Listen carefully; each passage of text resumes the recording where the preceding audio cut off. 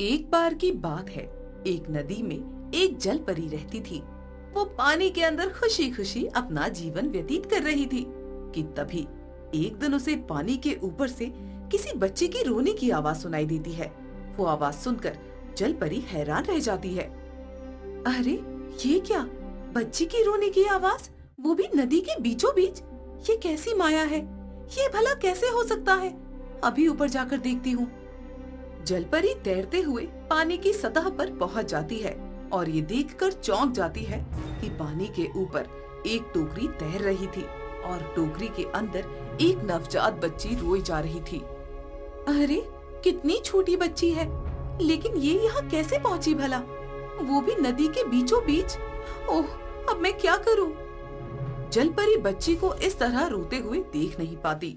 उसे उसके लिए बहुत दुख होने लगता है, लेकिन वो उसे अपने साथ भी नहीं रख सकती थी, क्योंकि वो भला एक पानी के अंदर रहने वाली जलपरी इंसान के बच्चे का ध्यान कैसे रखती। इसलिए वो सोचती है, एक काम करती हूँ, इसे पानी के किनारे तक ले जाती हूँ। शायद कोई इंसान इसे देख ले और इसको अपने साथ ले जाए। वैसे भी ये बच्ची बहुत भाग्यशाली दिखती है, जहाँ भी जाएगी उस घर में खुशियाँ छा जाएगी। इतना कहकर जलपरी उस बच्ची को नदी के किनारे तक ले जाने लगती है। नदी के पास में एक गांव था, जहाँ पर बहुत गरीब मछुआरा रहा करता था। वो नदी से मछलियाँ बेचकर किसी तरह अपने घर का गुजारा कर रहा था। आज भी वो नदी में अपनी नाव पर बैठकर मछलियाँ पकड़ने की कोशिश में लगा हुआ था। अरे एक हफ्ते से एक भी मछली नहीं मिली मुझे। घर में अनाज का एक दाना तक नहीं बचा है। अब ऐसा ही चलता रहा तो मुझे अपनी ये नाव बेचनी पड़ेगी, वरना हम तो भूखे मर जाएंगे। मछुआरा ये सब सोचते हुए मछली पकड़ने की कोशिश कर ही रहा था कि तभी उसे वो टोकरी तैरते हुए उसकी ओर आती दिखाई देती है। अरे वो क्या है? टोकरी पानी में? अरे और उसमें से तो बच्ची की रोने की आवाज आ रही है। मुझे जाकर देखना होगा। मछुआरा नाव को आगे बढ़ाता है और ये देखकर हैरान हो जाता है कि टोकरी को आगे लेकर एक जलपरी लेकर आ रही है।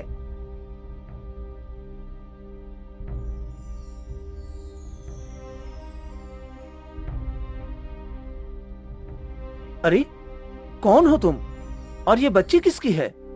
मैं एक जलपरी हूँ। पानी में गहराइयों में मेरा घर है और मैं यहीं रहती हूँ। जब मैं नीचे तैर रही थी तो मुझे ये बच्ची पानी की सतह पर इस टोकरी में मिली। मैं चाहती हूँ कि तुम इसे अपने साथ अपने घर ले जाओ। क्या? ये तुम क्या कह रही हो? भला ये कैसे मुमकिन है? मैं तो एक बहुत गरीब मछुआरा हूँ, मैं इसे कैसे ले जा सकता हूँ? लेकिन ये मेरे साथ पानी में भी तो नहीं रह सकती ना। ये एक इंसान की बच्ची है, पानी में इसे सांस नहीं आएगी। मगर इसमें मैं कुछ नहीं कर सकता, मेरी बात समझो। ऐसा मत कहो, जरा इस बच्ची की तरफ देखो। तुम एक नेक आदमी लगते हो, वरना इन गांव वालों का क्या भरोसा। जैसे किसी ने इसे यूं ही पानी में छोड़ दिया, पता नहीं वो आगे इसके साथ क्या सुलूक करे। मुझे पता है तुम ऐसा नहीं होने दोगे। मछुआरे को जलपरी की बात सुनकर बहुत अफसोस हो रहा था, लेकिन वो भी मजबूर था। उसने अपनी बात आगे बढ़ाते हुए कहा, देखो मैं तुम्हारी बात समझ रहा हूँ, मगर मैं इतना गरीब हूँ कि मेरे घर में अन्न का एक दाना भी नहीं है। ऐसे में मैं इसकी देखभाल कैसे कर पाऊंगा? अब तुम ही बताओ। मैं देख सकती हूँ ये लड़की आगे चलकर बहुत भाग्यशाली बनेगी। ये जरूर तुम्हारी सारी समस्याओं को खत्म कर देगी। जलपरी की ये बातें सुनकर मछुआरा उस बच्ची की तरफ देखता है। वो बच्ची अभी भी रोई जा रही थी और अब मछुआरे से रहा नहीं जाता। वो उसे अपनी गोद में उठा लेता है। ठीक है, अगर भगवान का यही फैसला है तो इसे मैं अपने साथ ही ले जाऊंगा और इसका ध्यान रखने की पूरी कोशिश करूंगा। बहुत अच्छे, तुम इसे नदी किनारे लेकर आते रहना। मैं भी इससे मिलती रहूंगी और कभी भी कोई भी जरूरत हो तो बस यहाँ आकर मुझे याद कर लेना और आवाज लगा देना। ठीक है, अब मैं चलता हूँ।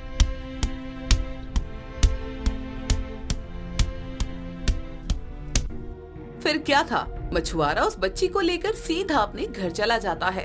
वहाँ उसकी पत्नी सुनीता उसका इंतजार कर रही थी। अरे ये क्या, ये बच्ची किसकी है? इसे घर लेकर क्यों आए हो? और इसके माता पिता कहाँ हैं?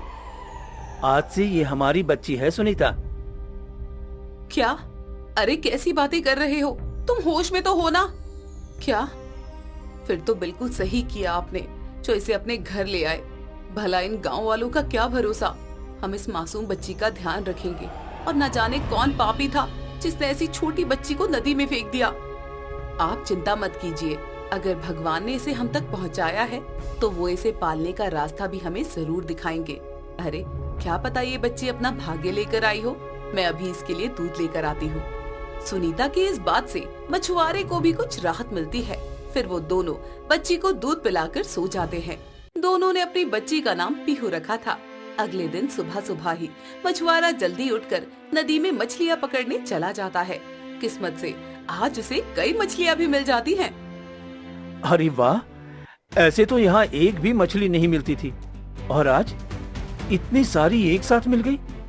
ये तो कमाल हो गया। इससे तो मेरी सारी समस्या ही हल हो जाएगी। मछुआरा उन मछलियों को लेकर बाजार में बेचने आ जाता है और उसे बहुत मुनाफा भी होता है। इसी तरह से उसे हर रोज नदी से कई सारी मछलियाँ मिलने लगती हैं। ये बात किसी चमत्कार से कम नहीं थी। सुशीला, जब से हमारी बच्ची इस घर में आई है हमें दोगुना मुनाफा होने लगा है। अगर इसी तरह से चलता रहा तो हमें कभी भी पैसों की दिक्कत नहीं होगी। हाँ, सच कहा आपने। मैंने तो कहा ही था आपको कि ये अपना भाग्य लेकर आई है। इतना कहकर सुशीला चुप हो जाती है, मगर मछुआरा देखता है कि उसकी पत्नी कुछ परेशान सी थी। क्या हुआ सुशीला, तुम इतना परेशान क्यों नजर आ रही हो? क्या बताऊं, गांव के लोग हमारी बच्ची के बारे में उल्टी सीधी बातें कर रहे हैं। वो सवाल उठाते हैं कि ये बच्ची किसकी है। अरे किसी से क्या मतलब, ये बच्ची हमारी है। सुशीला, तुम इन गांव वालों की बातों पर बिल्कुल ध्यान मत दो।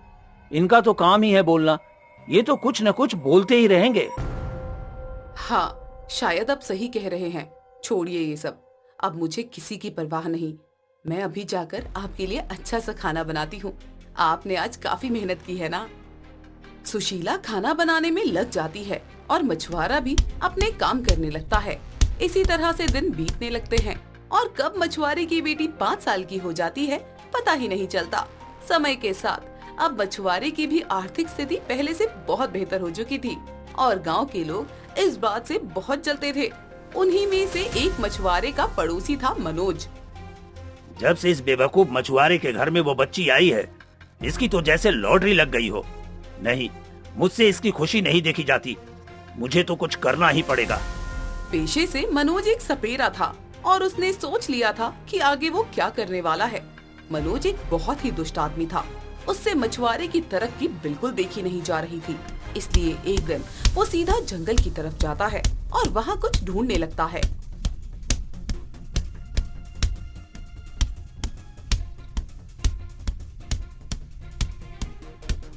बस एक बार मुझे वो मिल जाए जो मुझे चाहिए और फिर इस मछुआरे की जिंदगी एकदम वैसे ही हो जाएगी जैसे पहले थी। तभी अचानक से उसे झाड़ियों में से कुछ आवाज सुनाई देती है।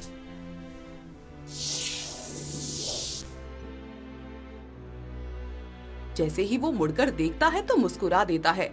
उसके ठीक पीछे एक बहुत ही जहरीला सांप बैठा हुआ था। आखिर मिल गया जिसे मैं ढूंढ रहा था। अब आएगा मजा।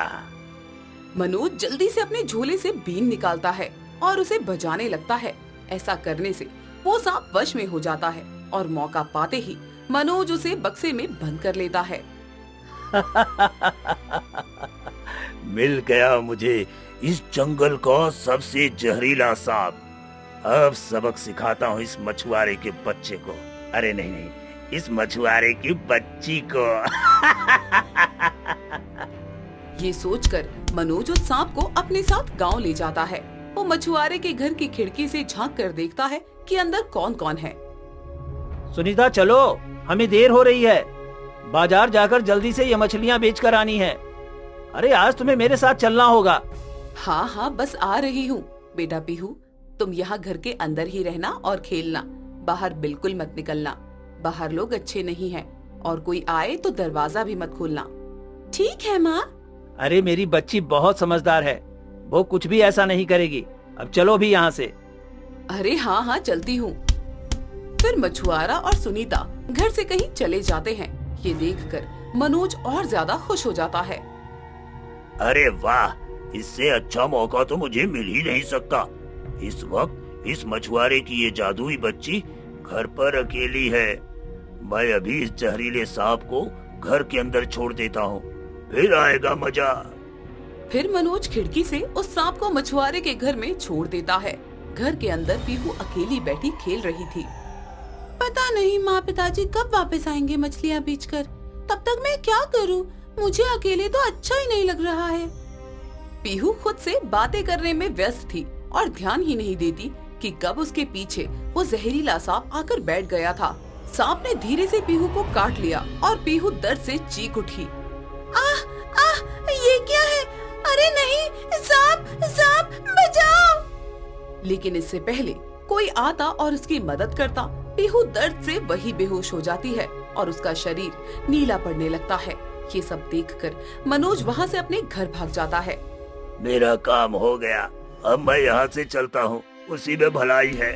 उधर मछुआरे को भी अपनी पत्नी सुनीता के साथ घर वापस लौटने में बहुत देर लग जाती है। जब वो दोनों वापस लौट रहे होते हैं तो अपनी बच्ची को इस हालत में बेहोश पड़ा देखते हैं और उनके पैरों तले जमीन खिसक जाती है। हे भगवान, ये क्या हो गया? मेरी बच्ची, ये क्या हो गया इसे?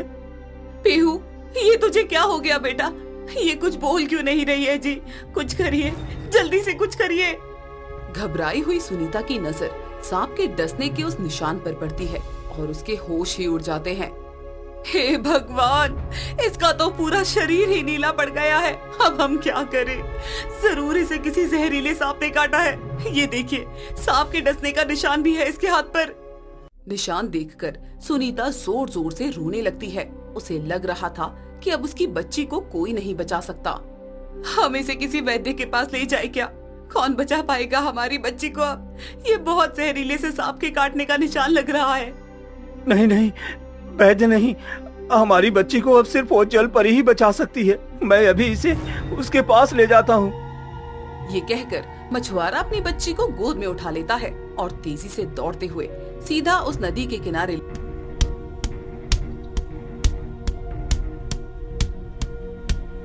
वहां पहुंचकर मछुआरा उसे नदी किनारे लिटा देता है और जलपरी को आवाज लगाने लगता है। कहाँ हो तुम जलपरी? अरे कहाँ हो तुम? आज मुझे तुम्हारी मदद की जरूरत है। मेरी बच्ची की हालत बहुत खराब है। अगर तुम जल्दी नहीं आई तो ये मर जाएगी। जहर पूरे शरीर में फैल जाएगा। मछुआरा रोते हुए जलपरी को आवाज लगाने लगता है, लेकिन बहुत देर तक आवाज लगाने के बाद भी जलपरी नहीं आती। इस बात से वो बहुत निराश होकर अपनी बेटी के शरीर के पास बैठ जाता है। अब मैं तुम्हें कैसे बताऊं मेरी बच्ची? तुम मेरे जीवन में आई और तुमने सब कुछ अच्छा कर दिया। अब तुम मुझे ऐसे छोड़कर नहीं जा सकती हो। अगर तुम्हें कुछ हुआ तो मैं भी अपनी जान दे दूंगा। मछुआरे ने भी प्राण त्यागने का निर्णय ले लिया था, लेकिन तभी जलपरी पानी से निकलकर वहां आ जाती है। तुमने मुझे आवाज लगाई, क्या हुआ? जलपरी को देखकर मछुआरा बहुत खुश हो जाता है। तुम आ गई। इतनी देर क्यों लगाई? ये देखो मेरी बच्ची को। देखो इसे क्या हो गया है। इसे सांप ने काट लिया है और इसका पूरा शरीर नीला पड़ चुका है। ये होश में भी नहीं आ रही है। जलपरी पीहू को देखकर बहुत परेशान हो गई। क्या? इसे जल्दी से मेरे पास लेकर आओ। जरूर इसे किसी बहुत जहरीले सांप ने काटा है। लेकिन ये सांप तो सिर्फ जंगल में ही मिलते हैं, तो फिर यहाँ कैसे? मैं ये सब नहीं जानता। बस तुम पहले इसे ठीक कर दो, कहीं से कुछ न हो जाए। मैं मर जाऊंगा अगर इसे कुछ हुआ तो। जलपरी मछुआरे की बेटी के ऊपर हाथ फेरती है और आंख बंद करके कुछ बोलने लगती है। देखते ही देखते बेटी का शरीर नीले से फिर से पहले जैसा होने लग जाता है और सारा जहर उतर जाता है। थोड़ी ही देर में उसे होश भी आ जाता है। मैं समझ चुकी हूँ ये किसने किया है। मैंने जब तुम्हारी बेटी के शरीर को छुआ तो मुझे ये भी दिख गया कि उसे किस सांप ने काटा है और वो सांप वहाँ कैसे पहुँचा। क्या किसी ने जानबूझकर ऐसा किया? मगर क्यों और किसने? मुझे बताओ, मैं उसे छोड़ूंगा नहीं। हाँ, ये सब तुम्हारे पड़ोसी मनोज ने किया है, जलन की वजह से। लेकिन अब तुम्हें कुछ करने की जरूरत नहीं है। उसे अपनी गलती की सजा खुद ही मिलने वाली है। मगर कैसे? उसे कौन सजा देगा? किसी को जब पता ही नहीं कि उसने किया है तो सजा कैसी? जाओ, वापस गांव लौट जाओ, तुम्हें खुद ही पता चल जाएगा। अब मुझे भी यहाँ से जाना होगा। ये सुनकर मछुआरा अपनी बेटी को लेकर वापस गांव लौट जाता है। वो जैसे ही अपने घर पहुँचता है तो देखता है कि पड़ोस के मनोज के घर के बाहर गांव वालों की बहुत भीड़ लगी हुई थी। ये देखकर मछुआरा एक गांव वाले से पूछता है, क्या हुआ भाई? यहाँ इतनी भीड़ क्यों है भला? आखिर यहाँ क्या हो रहा है? अरे भैया, ये जो मनोज है ना, इसने महल से कई हीरे जवाहरात की चोरी की है, वो भी अपने सांपों की मदद से। क्या सच में? इसका मतलब कि ये आदमी बहुत नीच है। हाँ, उसने अपने जहरीले सांपों की मदद से महल की तिजोरी के रक्षकों को मरवा दिया और फिर खुद वहाँ घुसकर इसने चोरी की। लेकिन महाराज ने इसे पकड़ लिया, तभी तो महल के सैनिक उसे पकड़ कर ले जा रहे हैं। अब इसे उम्र कैद की सजा होगी। मछुआरा समझ जाता है कि जल परी इसी सजा की बात कर रही थी और ये ऊपर वाले का ही इंसाफ था कि मनोज को उसके कर्मों का फल मिल गया। अच्छा, तो इस तरह से मिलेगी इस मनोज को अपने किए की सजा। सच ही कहा है किसी ने, आपके कर्म ही आपके आगे आते हैं। इसने मेरी मासूम बच्ची को नुकसान पहुंचाना चाहा, इसलिए इसे ऊपर वाले ने ही सजा दे दी। मछुआरा मुस्कुरा देता है और अपने घर वापस लौट जाता है। इसके बाद वो, सुनीता और उसकी बच्ची खुशी खुशी साथ में रहने लगते हैं और उसकी तरक्की बढ़ती ही जाती है। अब तो मनोज समय समय पर अपनी बच्ची को जलपरी से भी मिलवाने ले जाने लगता है और इसी तरह सब कुछ अच्छा हो जाता है।